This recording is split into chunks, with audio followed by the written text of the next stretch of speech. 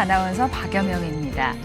지난 시간에는요, 동성결혼이 가진 문제점에 대한 이야기를 나눠봤는데요. 오늘도 그 두 번째 시간 이어가도록 하겠습니다. 오늘도 역시 애드보켓 코리아 사무총장으로 활동하고 계시는 고용일 변호사님 모시고 이야기 들어보겠습니다. 박수로 맞이해주세요.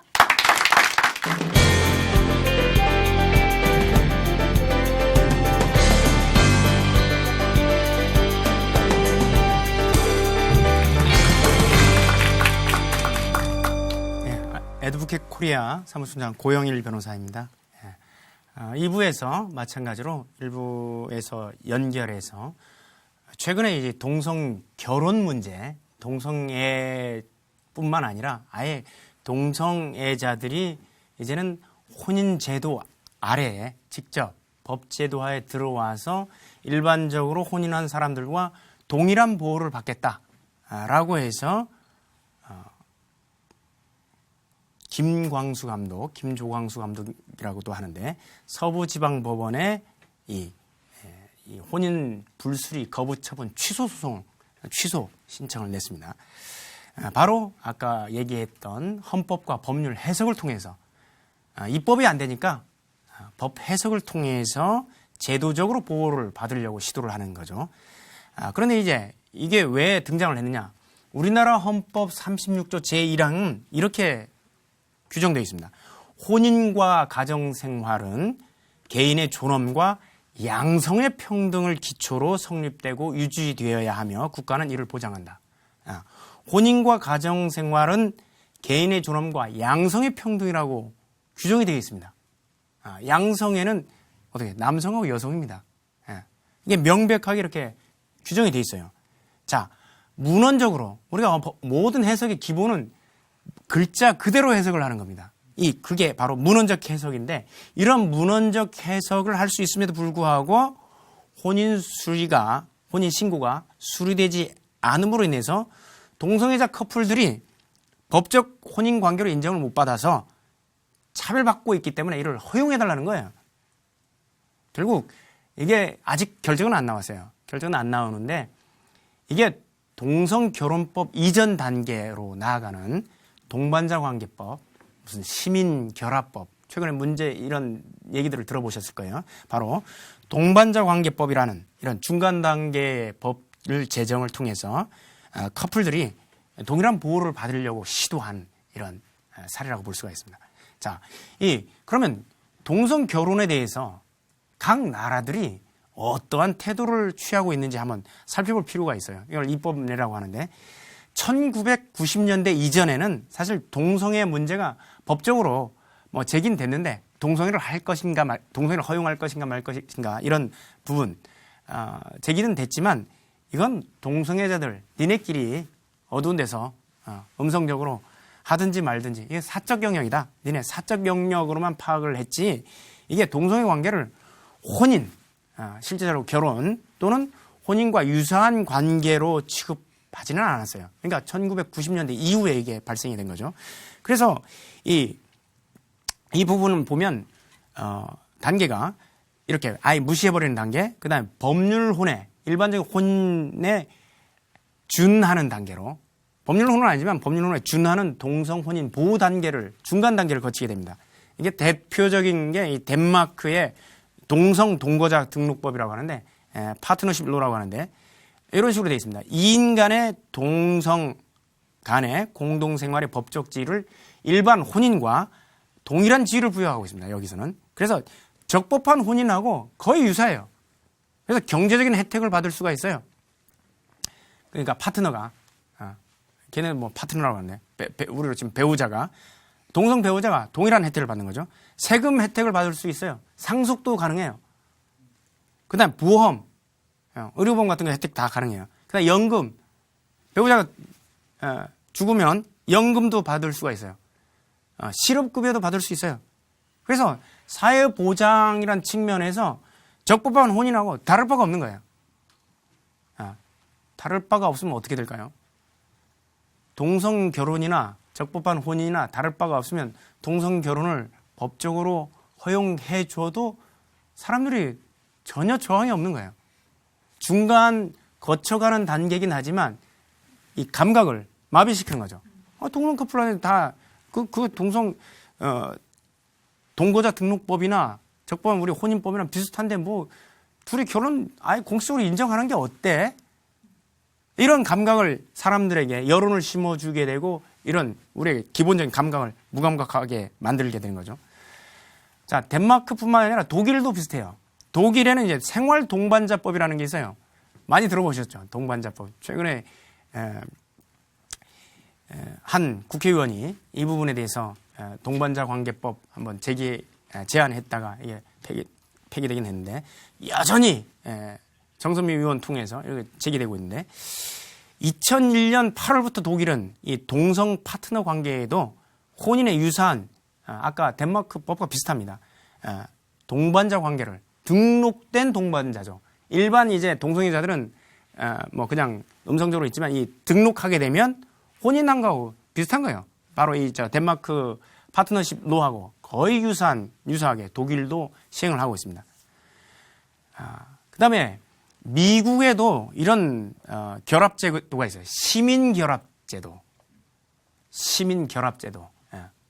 그래서 시빌 유니언이라고 해가지고 동성 혼인을 법적 혼인 효과와 거의 동등한 효과를 마찬가지로 부여를 하고 있어요. 이거는 이제 미국 전반적인 것이 아니었고 버몬트 주 의회에서 이거를 제정을 한 적이 있었습니다. 최근에 뭐 이 동반자 관계법 또는 시민 결합제도 많이 들어보셨죠? 다 이 외국의 입법례들을 받아들여서 이런 부분들을 이제 제정하려고 시도했던 부분들이죠. 자, 미국은 사실은 이제 이 시민적 결합제도 일부 주에서만 이런 부분들을 하다가 올해죠. 올해 6월 달에 6월 26일로 알고 있는데 6월 26일 날 연방 대법원에서 동성 결혼을 금지하는 것을 그냥 위헌으로 판결을 해버렸어요. 그래서 이제는 지금 중간적 단계가 아니라 동성 결혼을 모든 주에서 이제 허용할 수 있는 이런 나라가 돼버렸죠. 그래서 기존까지는 이제 16개 국가였다가 미국이 들어가면서 이제 17개 국가로 이렇게 늘어나게 되는데, 자, 마지막 단계가 바로 법적 혼인으로 보는 이런 단계입니다. 동성 결혼이나 이성 간의 결혼이나 동일하게 이제 일반적인 결혼을 신청할 수 있는 거예요. 자, 네덜란드가 대표적인 나라였습니다. 혼인을 동성애자에게 개방하는 거예요. 그러니까 혼인신고를 동성애자가, 그러니까 동성끼리 가서 혼인신고를 할 수가 있는 거예요. 우리나라는 김종광수 감독 같이 가서 구청에 가서 혼인신고를 하면 불수리해요. 안 받아줘요. 아무리 봐도 같이 오신 분이 여성분 같습니다. 이러면서 안 받아줄 거예요. 근데 이 네덜란드는 그거 관계없어요. 여자끼리 오든 남자끼리 오든 트랜스젠더랑 오든 혼인을 동성애자에게도 개방해서 혼인을 체결한 동성애 커플은 일반 부부와 거의 유사가 아니라 아예 동일한 법적 지위를 부여를 하게 되는 거예요. 자, 동반자관계법에서는 유사한 지위를 부여하지만 입양이라든가 이런 부분에 조금 제한을 받아요. 근데 지금 네덜란드에서 보는 이 법률은 혼인으로 보는 단계 입법에서는 입양이라든가 모든 부분에 대해서 아무런 제한을 받지 않아요. 단지 일반 부부가 가지는 제한 외에는 없어요. 그러니까 동일한 거죠. 그러면 왜 이렇게 지금 동성 결혼을 반대하는 측이 팽배하고 또 찬성하는 측도 지금 만만치 않게 이렇게 늘어나고 있는데, 여기에 대해서는 계속해서 서구도 그렇고 이쪽도 그렇고 마찬가지로 그 찬반 논거들이 있어요. 어떤 이유로들 주장하는지. 먼저 이제 반대 논거는, 서구에서의 반대 논거는 일단 기독교적 논거예요. 자, 성경에서 금하고 있다. 창세기 19장에 어떤 내용이 나옵니까? 아브라함이 조카 누가 있죠? 롯이라는 사람이 어디 가서 살아요? 가만히 아브라함이랑 같이 살지. 소돔이라는 데 가서 장막터를 계속 넓혀가다가 어디로 가요? 소돔으로 들어가요. 집 짓고 살고 싶은 거예요. 집이 있는 대로, 장막을 버리고 집이 있는 대로 들어갔죠. 그래서 소돔 고모라에 들어가서 어떻게 해요? 지나가는 남자만 있으면 어떻게 남색하는 사람들이 어떻게 천사까지 갔는데 천사도 그 남자로 보고, 남자 천사였던 거예요. 보고 어떻게 내놓으라고 하잖아요. 관계하겠다고 하고. 하나님의 사자한테도 그런 거예요. 그러니까 어떻게 해요? 하나님께서 멸해버리시잖아요. 그래서 동성애를 뜻하는 영어 단어가 여러분들 뭔지 아십니까? 예, 소돔이에요, 소돔이. 예, 그래서 동성애자를 소도마이트, 소돔 사람들이라고 표현하는 거예요. 히타이트 하면 우리가 햇사람들, 예, 소도마이트 하면 소돔 사람들. 근데 동성애자라고 이렇게 이 유래가 바로 여기서 비롯됐습니다. 그 다음에 성경의 모든 각 곳에서 로마서 1장에서도 보면 어떻게 해요? 남자가 남자와 더불어 가정한 일을 행하여 그들의 그릇 때문에 상당한 보응을 그들 자신이 받았느니라. 또 마지막 절에서 이렇게 얘기해요. 이런 일을 행하는 자들에게 하나님이 심판이 임하는 줄 알고도 자기들만 행할 뿐 아니라 이런 일을 행하는 자들은 옳다느니라. 성경에서는 기독적인 논거를 가지고 서구 사회가 기독교에서 이렇게 기독교적인 전통을 가지고 있으니까 이거를 악하고 가증한 범죄로 인식하고 있는 거예요. 그 다음에 어느 나라 동서양을 막론하고 그 다음에 옛날이나 지금도 막론하고 혼인의 역사는 이성간의 결합이라고 인식되어 왔고 이게 확고한 전통이에요. 어느 나라나. 어느 나라가도 남녀끼리 결혼하는 것을 가장 가장 적당하고 가장 합리적인 거라고 보는 게 전통이에요. 다만 뭐 일부 다체제도 있고 어떤 특이한 지역에 가면 뭐 1차 다부제도 있긴 있겠지만 혼인의 역사는 이성 간의 결합이라는 게 전통이에요. 확고한 전통. 그리고 혼인의 우리 사회적 기능. 왜 혼인을 해요?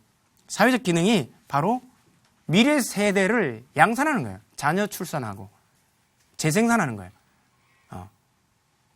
그 다음에 혼인이라는 건 또 미래 세대를 출산해서 어떻게 해요? 자녀를 양육하는 거예요. 양육하고 기르는데. 자, 그런데 동성애자 가정에서 양육되는 자녀는 어떻게 해요? 아빠가 둘이거나 엄마가 둘일 거 아니에요. 어떻게 해요? 다른 성을 가진 부모에게서 정상적인 이런 거를 정상적인 일종의 이런 케어를 받지 못한다는 거예요. 그다음 보건상의 이유가 있어요. 여러 가지 보건상의 이유가 있는데 가장 중요한 부분은 바로 그 에이즈라는 이런 성병에 노출되게 되는데 동성 커플 같은 경우는 특히 남성 동성 커플 같은 경우는 에이즈에 걸리는 확률이 148배라고 이제 보고되고 있습니다. 질병관리본부라든가 이런 데서 보면 자 148배나 위험에 노출되는데 거기에 있는 자녀들은 어떻게 해요? 노출 안 될까요?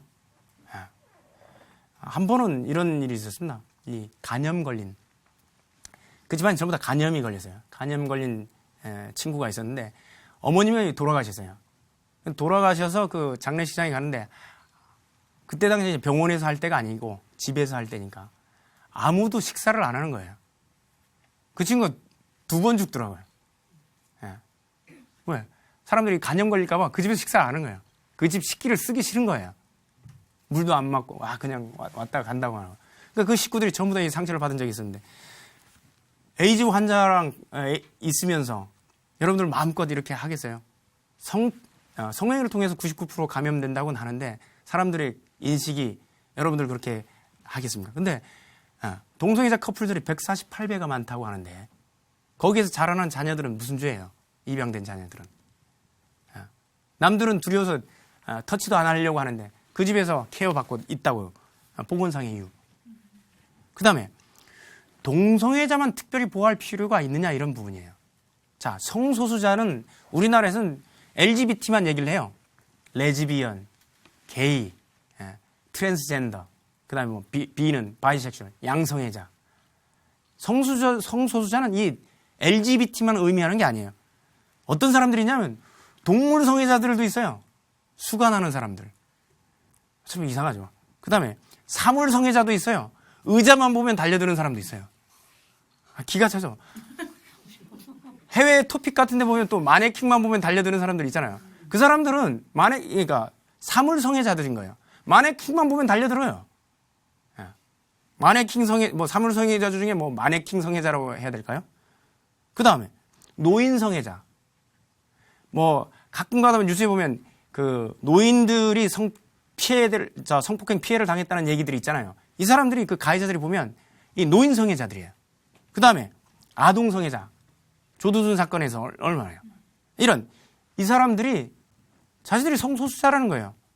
나도 일반적인 하고 다른 성적인 경향을, 그러니까 섹슈얼 오리엔테이션, 성적 취향을 갖고 있다.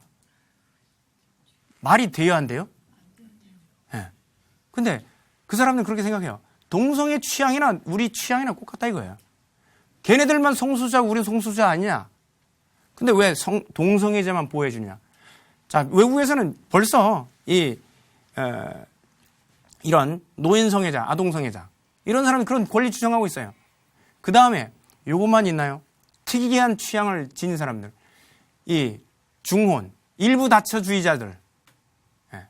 아니 외국 이슬람 국가에 가면 4번의 결혼, 4명의 아내를 공식적으로 둘 수 있고 처분 무한하지 않느냐? 우리도 이게 성적인 취향이다.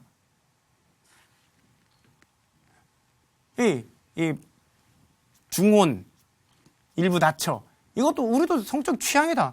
왜 이거 동성애자들 보호해주면서 이게 생물학적으로 보면 이게 더 정상적인 게 아니냐. 동물의 왕국 봐라. 사자왕국 봐라.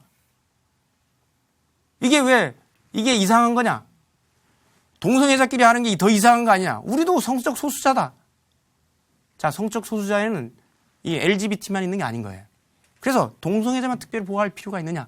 이렇게 주장을 하는 거예요. 자, 그 다음에 반대 논거를 봤으니까 찬성 논거도 봐야죠. 이 찬성 논거는 이래요. 혼인의 개념으로부터 동성 간의 결합을 배제하면 헌법에 보장된 평등권 우리 침해받는다.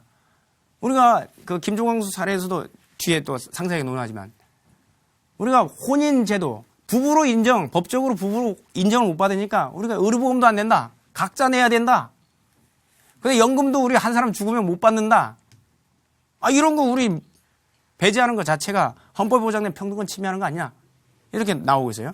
그 다음에 가족 개념이 변화됐다.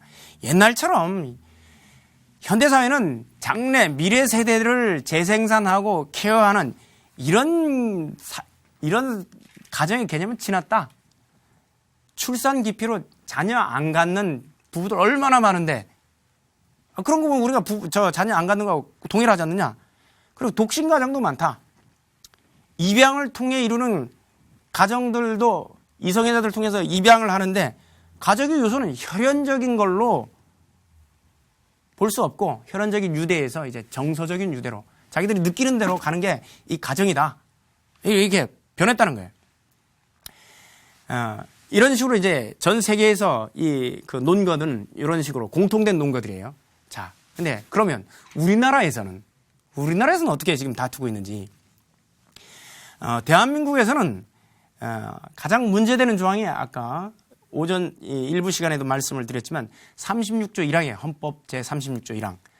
혼인과 가족 생활은 개인의 존엄과 양성의 평등을 기초로 성립되고 유지되어야 하며 국가는 이를 보장한다고.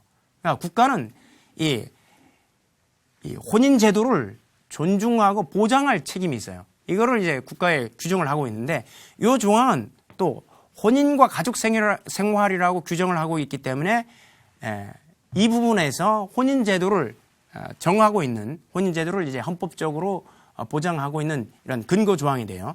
그리고 이 해석에 따라서 문헌 해석상은 물리적으로는 그대로 물리적으로 해석을 할 때는 아까 얘기했던 대로 양성의 평등을 기초로 한다고 명백하게 규정을 하고 있기 때문에 이 양성은 이성으로만 해석되고 달리 해석될 여지가 없다고 반대론자들은 생각하는데 찬성론자들은 이 부분이 양성을 다르게 해석을 해버려요.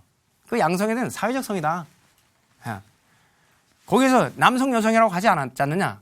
현대에서는 이 양성을 그렇게 판단하지 않는다. 이렇게 하는 거죠. 자, 그럼 우리나라 대법원이나 헌법재판소는 판례는 어떻게 판단하고 있는지 보면 대법원은 이렇게 얘기를 하고 있어요. 그 성전환 관련 판례에서 무릇 혼인이란 남녀 간의 육체적 정신적 결합으로 성립하는 것으로서 남녀간이라고 표현을 하고 있어요.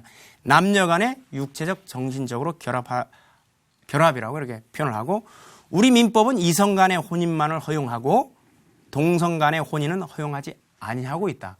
전원합의체로 대법관 전부가 모여서 판결하는 전원합의체 판결로 명백하게 이렇게 판결을 하고 있어요. 자, 대법원만 그러느냐?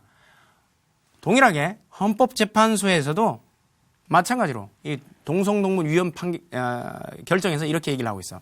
혼인에 대한 관념이 과거에는 집안과 집안 간이 결합이라는 종전의 관념에서 혼인 당사자의 자유 의사를 존중한 인격 대 인격의 결합이라는 관념으로 바뀌는 등 여러 면에서 변화가 있으나 집안끼리 맺어주던 거에서 당사자끼리 맺는 이걸로 바뀌는 정도는 있지만, 자, 이렇게 얘기했어요. 혼인이 일남일녀의 정신적 육체적 결합이라는 점에서는 변화가 없다. 일남일녀의, 그러니까 남녀의 정신적 육체적 결합이라는 점에서는 변화가 없다라고 명백하게 판결을 했어요. 예, 헌법재판소에서. 자, 이런 판결이 있음에도 이 김조광수 감독은 서부지방법원에 제기를 했죠. 제기를 해서 그쪽에서는 뭐라고 주장을 하느냐. 자, 헌법 36조 1항, 헌법 36장의 1항의 양성의 평등은 동성 간의 결혼 혹은 결합을 배제하지 않는다.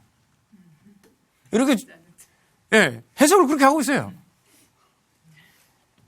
저도 참, 국어 실력이 저도 그렇게 없는 것 같지는 않은데, 물리적인 해석에 그냥 반해서 그렇게 해석을 하네요. 그다음 헌법학자, 굉장히 유명한 분입니다.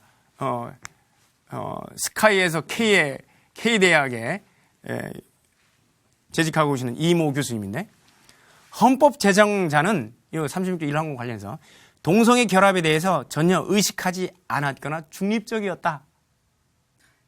우리나라 헌법 제정할 때 그 의식하지도 않았거나 중립적이었다는 거예요. 헌법 제정자가 이성의 결합에 대해서만 혼인 제도를 인정하려 했다거나 동성의 결합에 대해서는 혼인을 금지하려는 의도를 찾을 수가 없다. 굉장히 유명한 헌법학자입니다. 혼인에 대한 개념에 대한 정의 규정이 아예 없다. 이성 간의 결합만이 합헌적이고 동성 간의 결합은 위헌적이라는 결론을 도출할 수 없다. 이분 밑에서 배운 학생들을 이렇게 같이 이렇게 와서 해보니까 참 어렵더라고요. 이렇게 배웠는데. 자, 그 다음에 이 양성평등에 대해서, 이 양성평등이라는 개념 자체가 남녀 동권의 출발, 이 전통적인 남존 여비 사상과 가부장적 사고를 부정하고 성별에 의한 차별을 금지하는 헌법 11조 후문이 혼인과 가족 영역에서 구체화된 특별 규정이다. 36조 1항보다 헌법 11조로 가야 된다.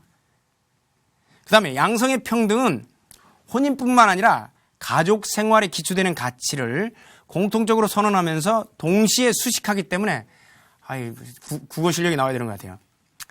가족 생활에 기초되는 가치를 공통적으로 선언하면서 수식하기 때문에 물리 해석상으로도 동성 간을 배제하는 게 아니다. 이거 이제 사실 그리면서 해야 될 것 같은데, 이렇게 해석을 하고 있어요. 법원과 헌법재판소가 36조 1항과 동성혼인 문제를 한 번도 전면적으로 다룬 적이 없다. 동성동본하면서 다룬 거고, 그리고 성전환 수술자 부정하면서 다룬 사례였지. 36조 1항이 동성혼 문제를 그 판례 두 판례가 동성혼 문제를 전면적으로 다룬 건 아니지 않느냐. 그래서 한국 헌법에는 외국과 달리 혼인이 남성과 여성만으로 이루어지는 거라고 볼 수 없다. 이렇게 주장을 하고 계세요. 그리고 민법상, 지금 헌법 해석 부분이었었는데, 민법상 혼인의 성립 요건이 혼인신고, 그 다음에 양 당사자의 혼인 의사의 합치, 그리고 혼인 장애 사유가 없으면 되는 부분인데, 민법상 혼인 성립 요건에 혼인 상대방의 성별에 대해서 규정 안 하고 있다. 혼인 성별에서 전혀 이 얘기를 안 하고 있으니까. 그리고 혼인의 본질은 서로의 삶에 대한, 양 배우자에 대한 상호 책임과 의무이지 재생산은 아니다. 미래세대 재생산이 아니다. 그리고 대법원 판례 중에서 일부 인용하면서 호적법이 성전환자의 호적상 성별난 기재를 수정하는 절차를 두지 않은 이유는 입법자가 이를 허용하지 않은 게 아니라 입법 당시에 미처 생각 못했던 거다. 해석을. 그리고 동성 간 혼인이 인정 안 되면 민법상 배우자의 권리로서 누리는 의무로부터 권리 의무 다 못 받는다. 배제된다. 사회보장, 세제 혜택 못 받는다. 주택 마련할 때 김종광수 감독 그때 나와서 울면서 얘기하는 얘기가 이렇게 얘기를 하시더라고요. 어디 가서 아팠을 때 보호자로서 병원 가서 사인도 못 한다고 우리. 사회보장, 세제 혜택, 의료보험 이거 못 한다. 의료보험 들어주고 싶어도 못 한다 이러는 거예요. 의료보험료 내주면 될 것 같은데. 뭐 각자 내면 어디가 안 돼. 주택 마련 과정에서 차별, 가족 결합권 침해된다. 주택 마련 과정에서 뭐가 차별되는지 모르겠어요. 사회적 낙인과 소수자 스트레스. 혼인 제도를 인정 못 받아서 사회적으로 낙인받고 가족들이 슬퍼한다는 거예요. 남자 며느리 데려오면 슬퍼하죠, 가족들이. 여자 며느리 데려오면 왜 슬퍼하잖아요. 그게 뭐 낙인을 받는 게 그런 게 아니죠. 자, 아까도 얘기했지만 생물학적으로 재생산하는 거는 혼인의 필수 요소, 필요 충분 요소가 아니다. 노인 부부, 불임 부부 얼마나 많으냐? 출산 원하지 않는 부부 많은데 비교할 때도 동성 결혼은 뭐 똑같은 거 아니냐? 그리고 가족법은 진화한다는 거예요. 옛날 가족법하고 오늘날 우리나라 사회의 가족법 어떻게 같을 수가 있느냐? 모든 제도가 발전하고 진화하는데 헌법재판소에서 동성, 동본, 금혼 이런 제도와 호주제가 헌법 불합치 결정을 받은 점 이런 걸 고려하면 근데 그 판례에서 일남일녀라고 했는데 이 판례를 들어요. 그리고 세계의 많은 종교들이 동성혼을 종교의식으로 주재하고 있다.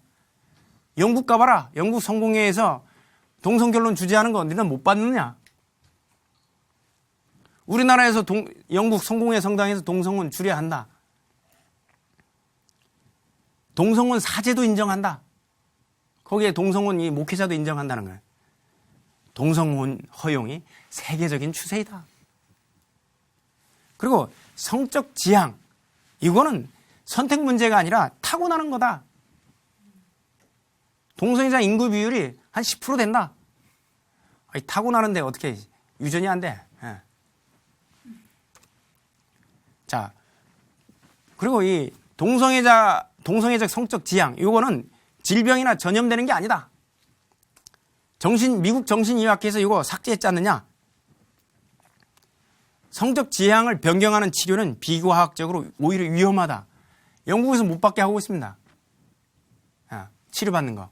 동성애자 치료 프로그램 못하게 하고 있어요.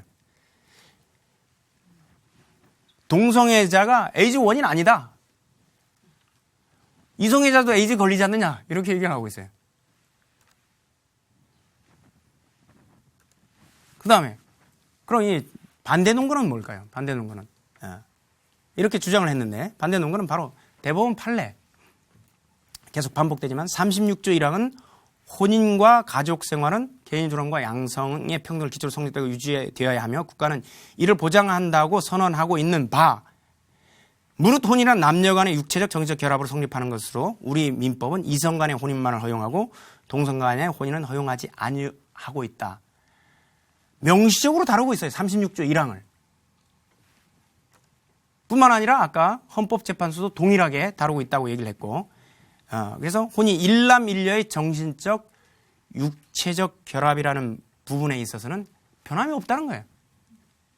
왜 명시적으로 다루지 않았냐고요. 36조 1항 규정에 대해서 치고받고 엄청난 논쟁이 있었어요. 근데 다루지 않았다고. 물론 동성결혼 문제로 해서 그 사건이 간 건 아니죠.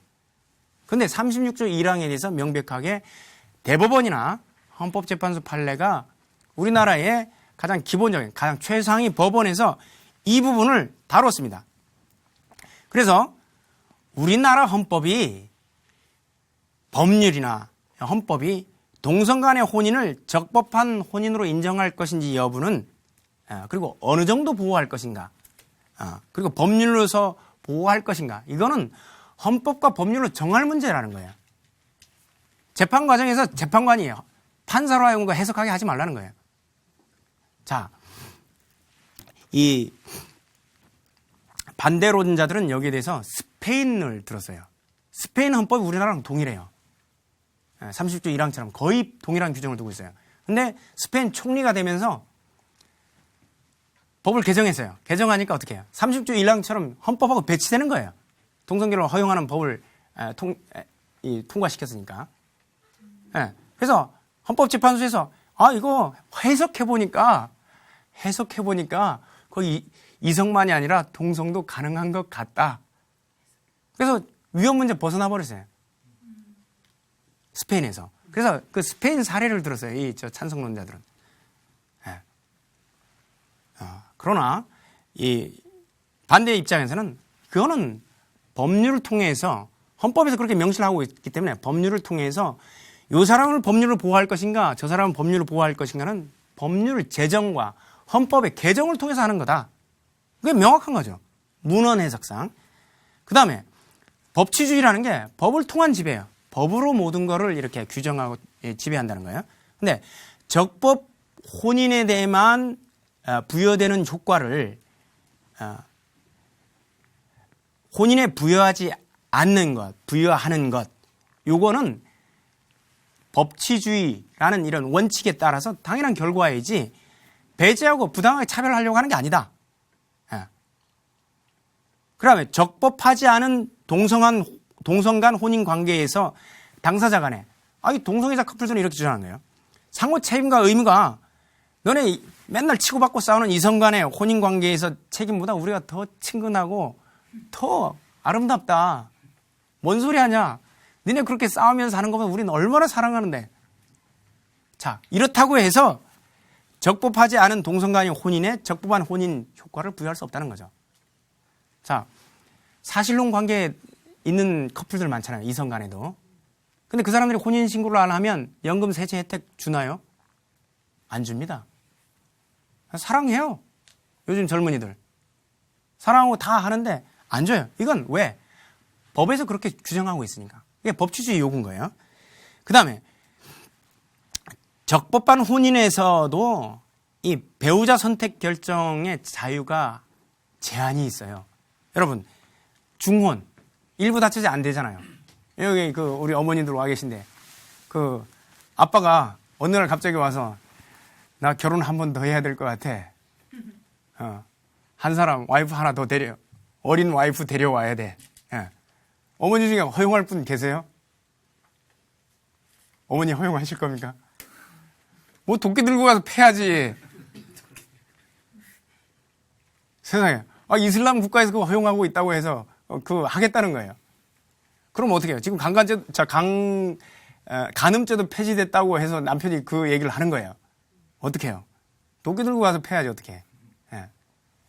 자, 중혼이 우리 민법에서 809조에서 아예 금지를 하고 있어요. 중혼은 안 돼요. 혼인관계, 배우자 있는 배우자가 다시 결혼하는 거는 받아주지 않습니다. 그 다음에 근친혼 금지. 여러분 옛날엔 동성동본도 금지했잖아요. 근데 이거는 이제는 809조에서 광범위하게 그래도 가까운 친족, 인척 간에는 혼인을 금지하고 있어요. 자, 8촌 이내 혈족. 8촌 이내는 안 돼요. 8촌 넘으면 돼요. 8촌 이내 혈족. 근데 이게 친입양자, 입양 전 혈족을 포함해요. 입양했다고 해서 그 관계가 끊어지는 게 아니에요. 그 다음에 6촌 이내 혈족의 배우자. 혈족의 배우자. 그 다음에 배우자의 6촌 이내의 혈족. 그 다음 조금 복잡하죠. 배우자의 4촌 이내의 혈족의 배우자인 인척이거나 인척이었던 자. 자, 케이스를 하나 내볼게요. 이 어떤 아저씨가 있었어요. 아저씨가 있었는데 와이프랑 살다가 와이프가 갑자기 젊은 사람이에요. 30대 초반인데 와이프가 죽었어요. 와이프가 죽어버려서 교통사고를 입고 와이프가 돌아가시면서 재혼을 하려고 어떤 사람을 만나서 열렬히 사랑을 해서 혼인신고하러 갔는데 이 사람이 어떤 사람이었느냐. 와이프의 엄마, 그러니까 장모죠. 옛날 장모의 배다른 오빠의 아들의 배우자였던 사람인데 그 오빠가 죽었어. 그래서 거기도 일찍 남편을 잃고 둘이 돌싱 클럽에 갔다가 이렇게 만나서 애들도 없어요, 이 사람들. 그래서 너무 좋아가지고 결혼을 하려고 혼인신고를 하러 갔어요. 혼인이 될까요? 될까요? 안 될까요? 원래 와이프랑 있을 때 이 사람 연락도 안 했어. 배달은 오빠의 자식이니까. 근데 사촌이야, 사촌. 외사촌. 이 사람한테는 어떻게? 외사촌 올케가 되었던 사람인데. 근데 배달은 오빠의 자식이라도 외사촌이야. 배우자의 사촌 이내의 혈족의 배우자.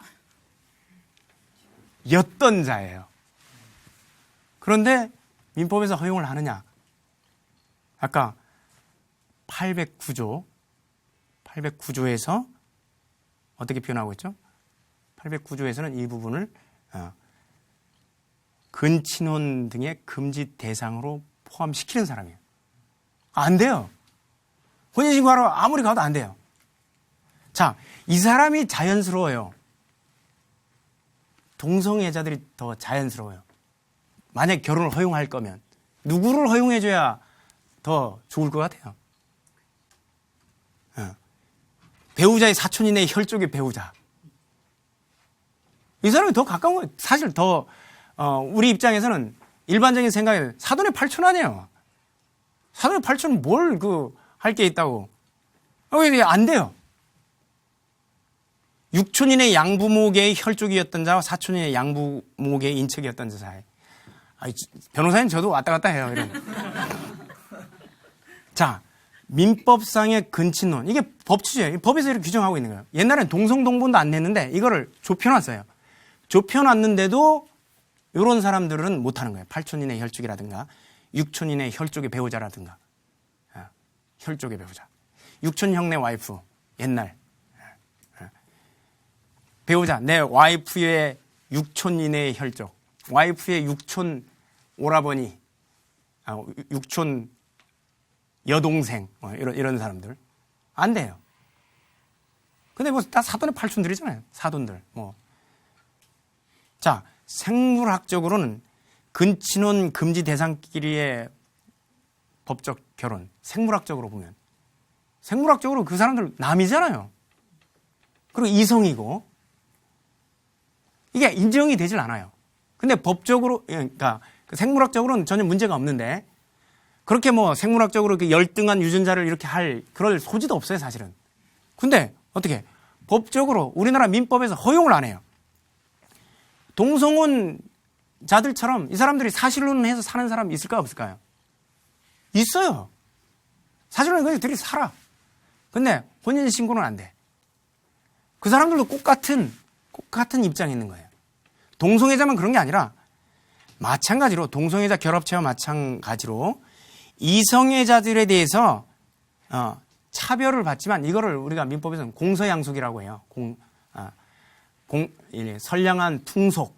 이제까지 우리가 전통 유교 사회에서 내려왔던 이런 풍속.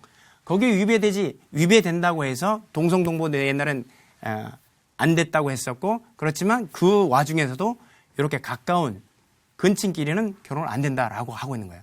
물론 이거는 일본만 가도 어떻게 해요? 사촌끼리 결혼을 한다면서 일본에서는요. 입법례에 따른 다르게 규정할 수 있는 거예요. 그렇지만 그렇다 하더라도 사촌끼리 결혼을 한다고 하더라도 동성보다는 생물학적으로는 더 자연스러운 거죠.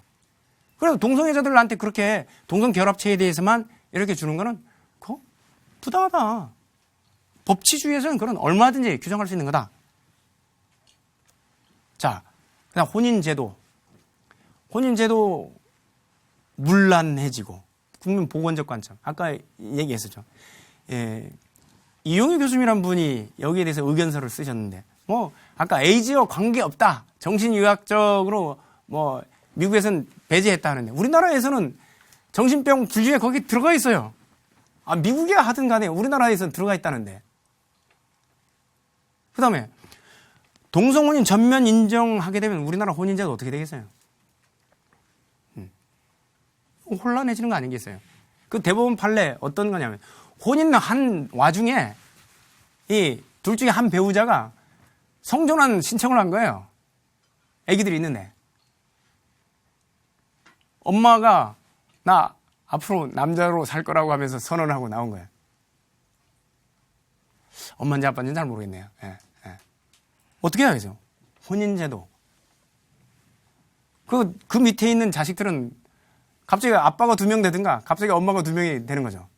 어떤 혼란을 겪게 되겠어요? 엄마 아빠만 있어도 혼란한데. 어? 그 다음에 에이즈 감염률 얘기했죠. 남성 동성 커플들 간에 148배.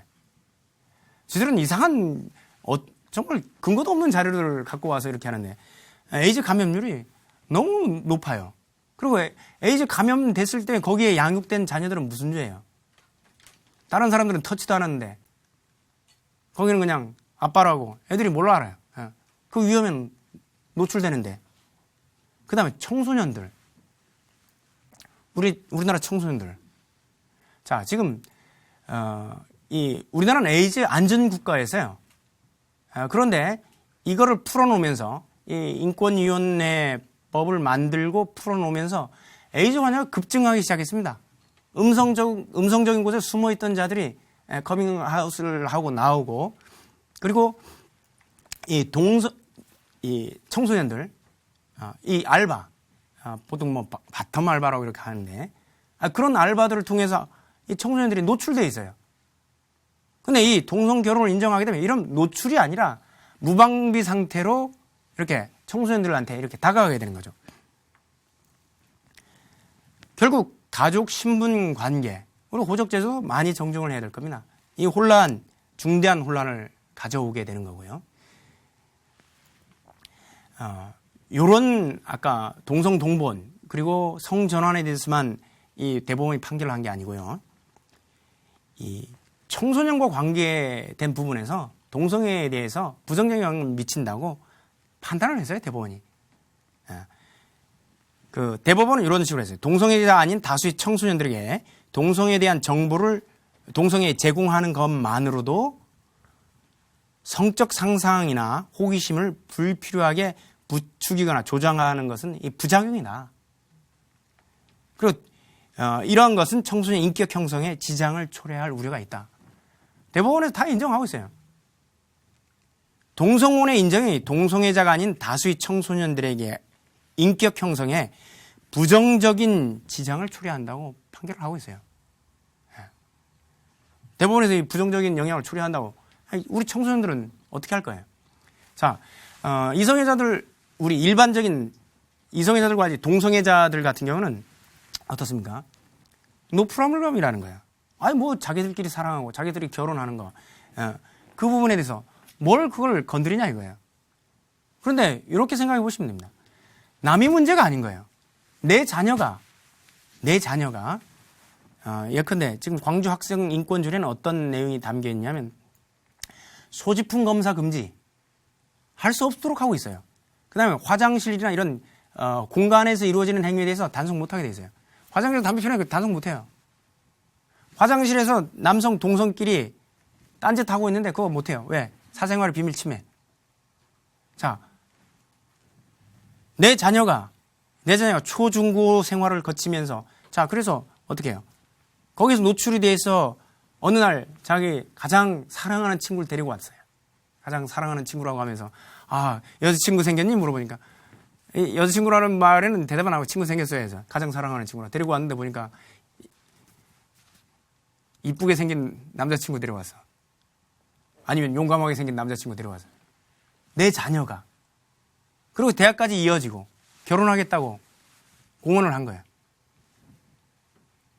부모가 쌍수 들고 그래 우리나라 동성결혼이 됐으니까 동성결혼도 자녀 너희들 그 사랑하니까 그래 사랑한다. 네. 아이고 너무너무 이렇게 맞아줄 부모가 우리나라에 계실까요? 우리 청소년들.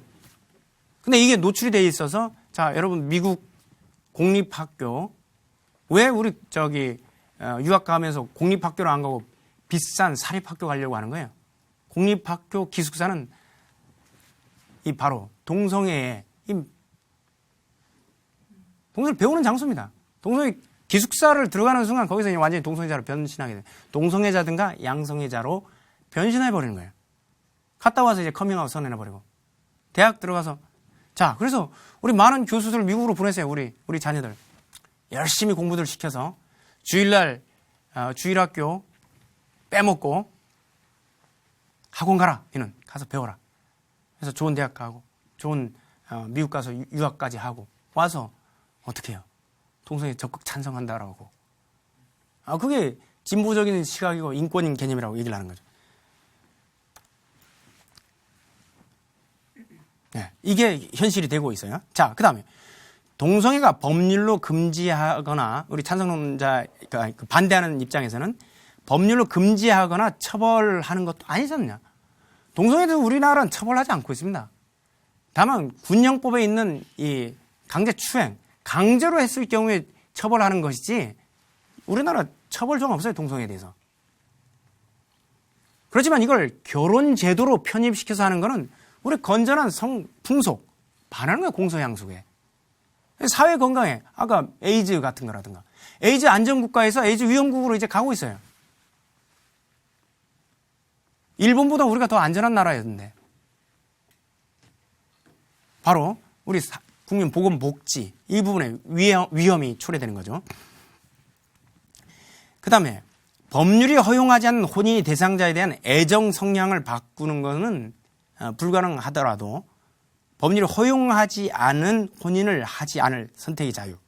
좀 말이 복잡하지만 하여튼 법률적으로 허용하지 않는 혼인을 선택하는 행위. 그러니까 동성혼을 선택하는 행위를 그거 선택하는 것까지는 우리가 막을 수 없다. 그건 너네 개인적인 부분이다.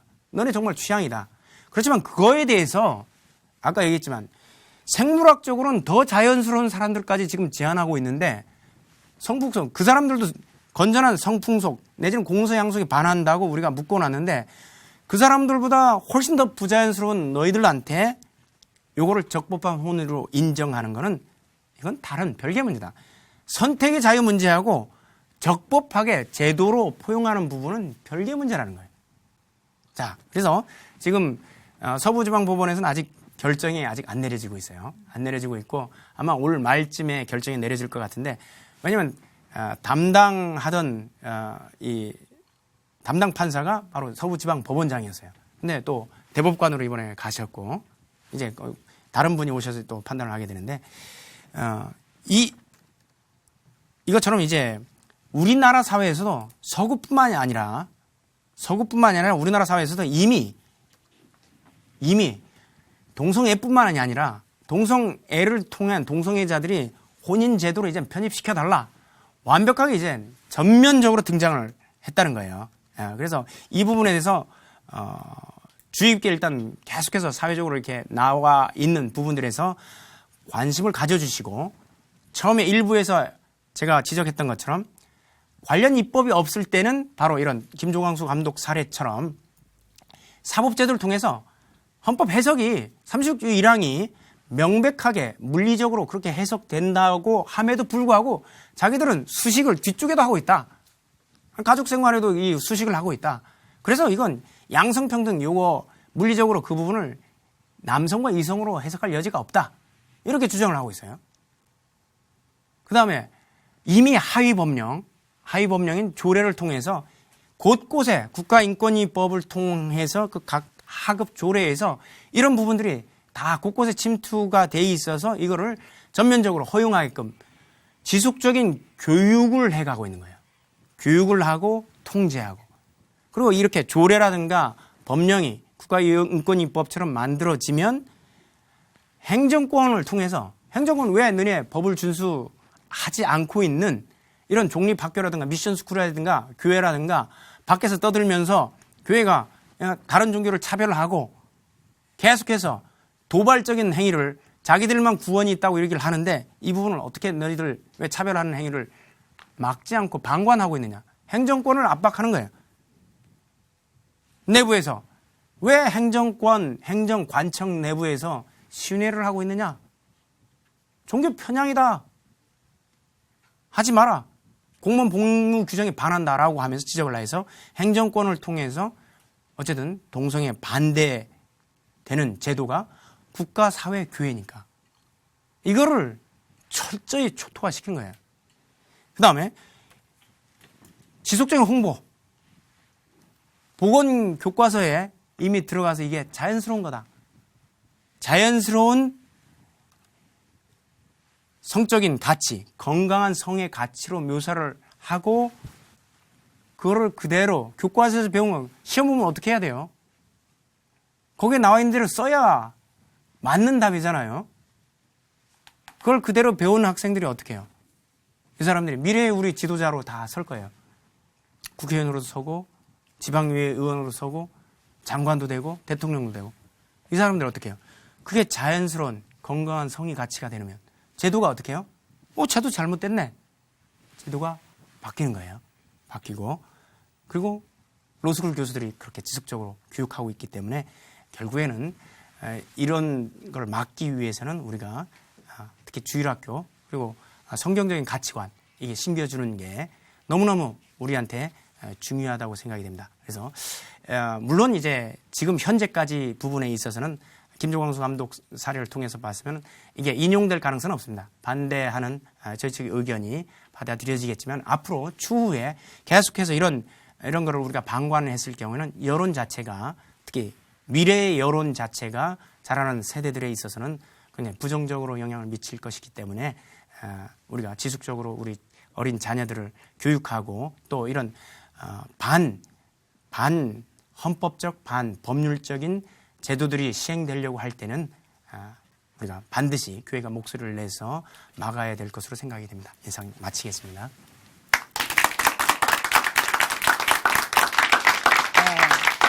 동성결혼의 문제점에 대해서 다양한 시각에서 배울 수 있는 그런 시간이었는데요. 참 회를 거듭할수록 느끼는 건 정말 잘 알아야 잘 대처할 수 있다. 이런 느낌인 것 같습니다.